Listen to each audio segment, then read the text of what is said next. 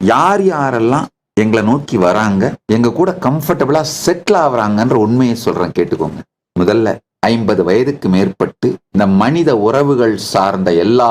துக்கங்களையும் பட்டு போதுமடா சாமி அப்படின்ற முடிவுக்கு வர்றவங்க, இந்த பணம் கொடுக்கல் வாங்கல் சார்ந்து எல்லா துக்கங்களையும் பட்டு போதுமடா சாமி, இதுக்காகவே வாழ்க்கை விரயமானது போதுமடா அப்படின்ற முடிவுக்கு வரவங்க, இந்த அரசியல் மற்றும் சமூக கொடுமைகளில் சிக்கி சின்னாபின்னமாய் போதுமடா சாமி இதெல்லாம் அப்படின்ற முடிவுக்கு வரவங்க, நிம்மதியா வாழ்க்கைய இனிமையாவும் ஆனந்தமாவும், இனிமையான நண்பர்கள், இனிமையான நட்புகள், இனிமையான உறவுகள், அதாவது தனிப்பட்ட